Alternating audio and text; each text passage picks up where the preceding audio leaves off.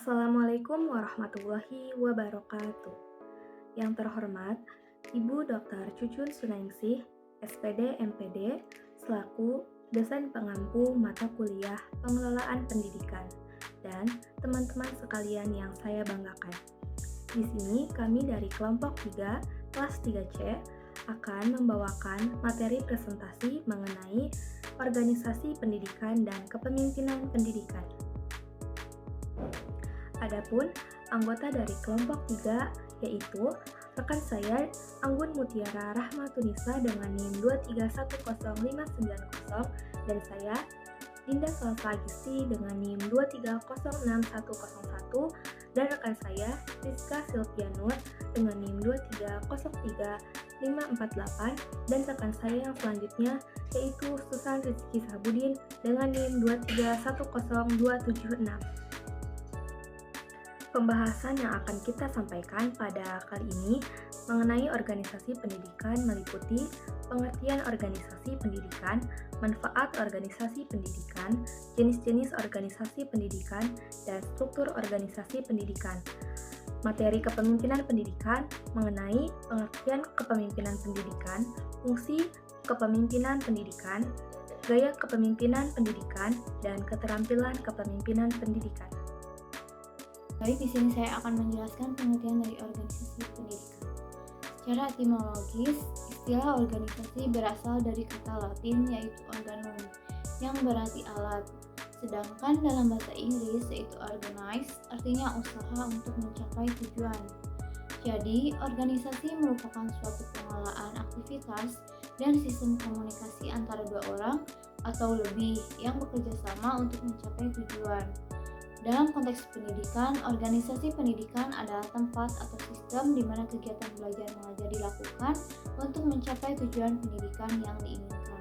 Baik, di sini saya akan menjelaskan manfaat dari organisasi pendidikan.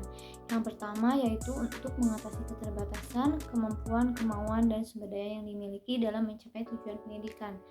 Organisasi pendidikan ini dapat membantu untuk mengatasi berbagai keterbatasan yang mungkin terjadi pada individu maupun kelompok, baik dalam hal kemampuan, motivasi, maupun sumber daya. Artinya, jika individu atau kelompok mengalami keterbatasan dalam hal sumber daya, seperti kurangnya guru yang kompeten, sarana yang tidak memadai, atau dana yang terbatas, maka dengan adanya organisasi pendidikan melalui pembagian tugas dan kerjasama yang baik, setiap anggota organisasi dapat saling melengkapi dan juga saling membantu mengatasi berbagai permasalahan untuk mencapai tujuan pendidikan secara lebih optimal, sehingga proses pendidikan akan tetap berjalan dengan baik. Kedua, terciptanya efektivitas dan efisiensi organisasi dalam rangka pencapaian tujuan pendidikan. Dengan struktur dan manajemen yang baik, organisasi pendidikan mampu menciptakan keefektivitasan dan keefisiensian dalam proses belajar mengajar. Nah, efektivitas di sini merujuk pada keberhasilan dalam mencapai target pendidikan, seperti peningkatan kualitas pembelajaran, pemahaman siswa, dan pencapaian akademik. Sementara itu, efisiensi mengacu pada penggunaan waktu, tenaga, dan sumber daya secara bijaksana, sehingga tidak ada pemborosan. Maka dengan manajemen yang baik, setiap anggota organisasi, baik guru, siswa, maupun staf, menjalankan perannya dengan jelas dan tepat. Tugas pun diatur sedemikian rupa sehingga proses pembelajaran berjalan dengan lancar, sumber daya digunakan secara optimal, dan waktu dimanfaatkan sebaik mungkin untuk mencapai hasil yang maksimal. Yang ketiga yaitu sebagai wadah pengembangan potensi dan spesialisasi yang dimiliki. Organisasi pendidikan menyediakan tempat bagi individu untuk mengembangkan potensi diri dan menemukan keahlian khusus atau spesialisasi. Ini memungkinkan siswa, guru, atau staf pendidik untuk berkembang dalam bidang masing-masing, baik dalam aspek akademis, profesional, maupun personal. Yang keempat, sebagai tempat pengembangan ilmu pengetahuan, yang dimana organisasi pendidikan ini dapat berperan sebagai pusat pengembangan ilmu pengetahuan melalui proses belajar, penelitian, dan inovasi. Di dalamnya ini terjadi pertukaran ide dan informasi yang dapat memajukan pengetahuan, sehingga organisasi pendidikan juga dapat berkontribusi dalam memajukan masyarakat secara keseluruhan. Sekian dari saya kembalikan kepada moderator. Selanjutnya yaitu jenis-jenis organisasi pendidikan. Nah, organisasi pendidikan secara umum terbagi menjadi dua, yaitu yang pertama ada organisasi formal. Organisasi formal adalah organisasi yang dicirikan oleh struktur organisasi, keberadaan struktur organisasi yang menjadi pembeda utama antara organisasi formal dan informal. Sebagai struktur organisasi formal dimaksudkan untuk menyediakan penugasan kewajiban dan tanggung jawab memperlihatkan hubungan tertentu antara personil-personil organisasi. Struktur dalam organisasi memperlihatkan unsur-unsur administrasi yaitu yang pertama kedudukan. Nah, untuk menggambarkan letak atau posisi setiap orang dalam organisasi. Yang kedua ada hierarki dalam kekuasaan. Struktur digambarkan sebagai suatu rangkaian hubungan antara satu orang dengan yang lainnya dalam suatu organisasi. Yang ketiga ada kedudukan garis dan staf. Organisasi garis memperjelas struktur perintah, jalan permohonan, pengambilan keputusan, saluran komunikasi, mengeluarkan instruksi, dan petunjuk pelaksanaan. Bentuk skema struktur organisasi formal dalam berbentuk piramida mendatar atau melingkar. Yang kedua ada organisasi informal. Nah, keberadaan organisasi dapat dilihat dari 3 karakteristik. Yang pertama yaitu norma perilaku, tekanan untuk adaptasi, dan kepemimpinan informal. Menurut Arah Hidayat dan Imam Mashalin, norma perilaku adalah standar perilaku yang diharapkan menjadi perilaku bersama yang ditetapkan oleh kelompok dalam sebuah kesepakatan bersama tidak tertulis di antara orang-orang dalam organisasi tertentu. Tekanan untuk menyesuaikan diri akan muncul apabila seseorang akan bergabung dalam sebuah organisasi tidak semata secara fisik, melainkan melibatkan sosial emosional individu. Kepemimpinan formal dalam organisasi informal menjadi salah satu komponen yang sangat kuat mempengaruhi orang-orang di dalam organisasi. Bahkan dimungkinkan melebihi kepemimpinan dalam organisasi formal, di mana seorang dipatuhi bukan karena memiliki jabatan, tetapi ada kelebihan yang secara alamiah dan mampu mempengaruhi orang lain tanpa paksaan apapun. Selanjutnya yaitu struktur organisasi pendidikan. Struktur organisasi dibagi menjadi 2 jenis utama. Yang pertama yaitu sentralisasi dan desentralisasi. Nah, untuk struktur sentralisasi, yaitu keputusan dan kontrol pusat dipegang oleh pihak berwenang dengan sedikit atau tanpa campur tangan dari pemerintah daerah. Semua kebijakan dan instruksi berasal dari pusat dan sekolah-sekolah hanya menjalankan perintah tanpa banyak inisiatif setempat. Yang kedua yaitu struktur desentralisasi. Pendidikan menjadi tanggung jawab pemerintah daerah dan masyarakat setempat. Daerah memiliki otonomi yang luas dalam mengatur segala aspek, termasuk anggaran, kurikulum, dan perekrutan guru.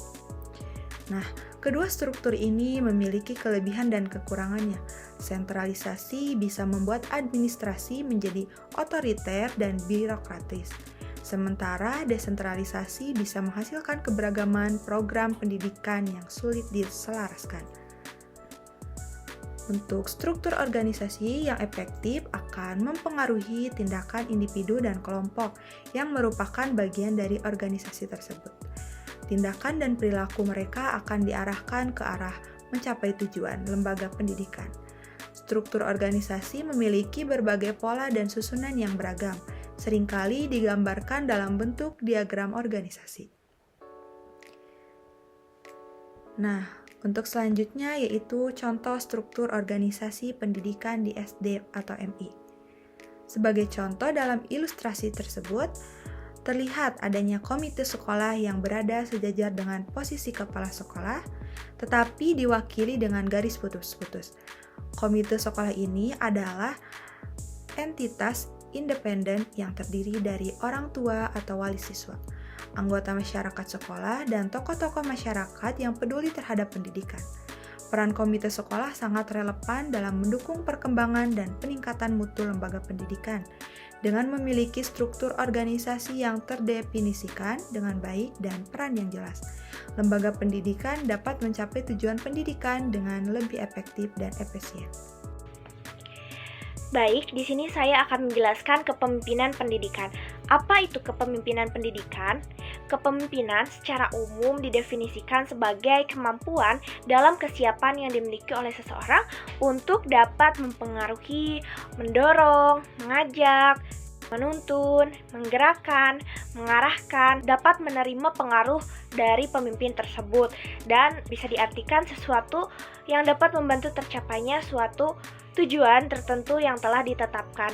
Seperti yang kita dengar bahwasanya kepemimpinan itu adalah kemampuan dari seseorang untuk mempengaruhi anggotanya sehingga mencapai suatu tujuan tertentu. Kepemimpinan pendidikan juga merupakan kemampuan untuk menggerakkan pelaksanaan pendidikan sehingga tujuan pendidikan yang telah ditetapkan dapat tercapai secara efektif dan juga efisien. Kemudian ada fungsi pemimpin pendidikan, di mana fungsinya itu yang pertama, pemimpin membantu terciptanya suasana persaudaraan, kerjasama dengan penuh rasa kebebasan. Kemudian yang kedua itu pemimpin membantu kelompok untuk memberikan rangsangan dan bantuan kepada kelompok dalam menetapkan dan menjelaskan tujuan. Kemudian yang ketiga ada pemimpin membantu kelompok dalam menganalisis situasi untuk kemudian menetapkan prosedur mana yang paling praktis dan efektif. Kemudian yang keempat, pemimpin itu bertanggung jawab dalam mengambil keputusan bersama dengan kelompok. Kemudian yang kelima, pemimpin harus memberikan kesempatan kepada kelompok untuk belajar dari sebuah pengalaman. Dan yang terakhir, pemimpin memiliki tanggung jawab untuk melatih kelompok untuk menyadari proses dan isi bekerjanya yang dilakukan dan berani menilai hasil dari proses yang dibahas ketika belajar secara objektif dan juga jujur. Jadi kesimpulannya, fungsi utama pemimpin dalam pendidikan untuk membimbing kelompok dalam proses belajar, pengambilan keputusan, serta pemimpin juga menciptakan suasana kerjasama dan kebebasan yang mendukung persaudaraan. Kemudian, pemimpin bertanggung jawab atas pengambilan keputusan bersama kelompok, memberikan kesempatan bagi kelompok untuk belajar dari sebuah pengalaman, serta melatih mereka untuk menilai hasil kerja secara objektif dan juga jujur. Pembahasan selanjutnya yaitu gaya pemimpin pendidikan. Yang pertama yaitu gaya otoriter atau gaya autoritarian. Gaya ini adalah gaya pemimpin yang telah memusatkan segala keputusan dan kebijakan yang ingin diambil dari dirinya sendiri secara penuh. Segala pembagian tugas dan tanggung jawab akan dipegang oleh pemimpin bergaya otoriter tersebut, sedangkan para bawahannya hanya sekadar melaksanakan tugas yang sudah diberikan. Gaya yang kedua yaitu gaya kepemimpinan bebas atau laissez-faire. Gaya ini akan mendorong kemampuan anggota dalam mengambil inisiatif. Dalam gaya kepemimpinan ini, pemimpin sedikit sekali dalam menggunakan kekuasaannya, atau sama sekali telah membiarkan anak buahnya untuk berbuat dalam sesuka hatinya. Yang ketiga yaitu gaya kepemimpinan demokratis. Gaya kepemimpinan demokratis adalah suatu kemampuan dalam mempengaruhi orang lain agar dapat bersedia untuk bekerja sama dalam mencapai tujuan yang sudah ditetapkan dengan berbagai cara atau kegiatan yang dapat dilakukan di mana ditentukan bersama antara bawahan dan pimpinan. Yang keempat yaitu gaya pseudo-demokratis. Istilah pseudo berarti palsu, maka pseudo-demokratis berarti bukan atau tidak demokratis. Gaya kepemimpinan seperti ini sebenarnya otokratis, tetapi dalam kepemimpinannya ia memberikan kesan demokratis. Pembahasan selanjutnya yaitu keterampilan kepemimpinan pendidikan. Yang pertama, keterampilan dalam memimpin. Pemimpin harus mengetahui cara-cara kepemimpinan, memiliki keterampilan memimpin supaya dapat bertindak sebagai seorang pemimpin yang baik. Untuk hal itu, pemimpin harus menguasai bagaimana caranya menyusun rencana bersama, mengajak anggota berpartisipasi, memberi bantuan kepada anggota kelompok, memupuk moral kelompok, bersama-sama berbuat keputusan, dan sebagainya. Yang kedua yaitu keterampilan dalam hubungan insani. Hubungan insani adalah hubungan antar manusia. Ada dua macam hubungan yang bisa kita hadapi dalam kehidupan sehari-hari. Yang pertama yaitu hubungan fungsional atau hubungan formal, yaitu hubungan karena adanya tugas resmi atau pekerjaan resmi. Dan yang kedua yaitu hubungan pribadi atau hubungan informal, bisa disebut juga hubungan personal. Ialah hubungan yang tidak didasarkan atas tugas resmi atau pekerjaan, tetapi lebih bersifat kekeluargaan dan kekerabatan.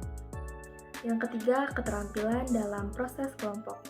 Artinya, dari proses kelompok, itulah bagaimana meningkatkan keaktifan dan partisipasi para anggota kelompok setinggi-tingginya, sehingga potensi yang dimiliki para anggota kelompok itu dapat digunakan secara maksimal. Pemimpin yang mampu menjadi penengah, pendamai, dan menjadi moderator yang baik dalam menyelesaikan masalah, bukan menghakimi. Dan yang keempat yaitu keterampilan dalam administrasi personal. Administrasi personal merupakan segala cara atau usaha menggunakan keahlian atau skill dan kesanggupan yang dimiliki oleh anggota secara efektif dan efisien. Berikut kegiatan dalam administrasi personil adalah seleksi, pengangkatan, penempatan, penugasan, orientasi, pengawasan, bimbingan, dan pengembangan serta kesejahteraan. Yang kelima yaitu keterampilan dalam menilai. Penilaian adalah segala usaha untuk mengetahui sampai di mana suatu kegiatan sudah dapat dilaksanakan atau sampai di mana suatu tujuan sudah dapat dicapai. Hal yang dinilai biasanya adalah cara kerja, hasil kerja, dan orang yang mengerjakannya. Melalui evaluasi, guru dapat dibantu dalam menilai hasil kinerjanya sendiri, mengetahui kekurangan dan kelebihannya. Selain guru, personalia yang harus dievaluasi yaitu seperti pegawai tata usaha, guru BK, dan petugas yang lainnya. Kesimpulan pada pembahasan kali ini adalah organisasi pendidikan adalah wadah untuk mengelola aktivitas dan komunikasi dalam rangka mencapai tujuan pendidikan. Organisasi ini bisa berbentuk formal dengan struktur yang jelas maupun informal yang lebih fleksibel.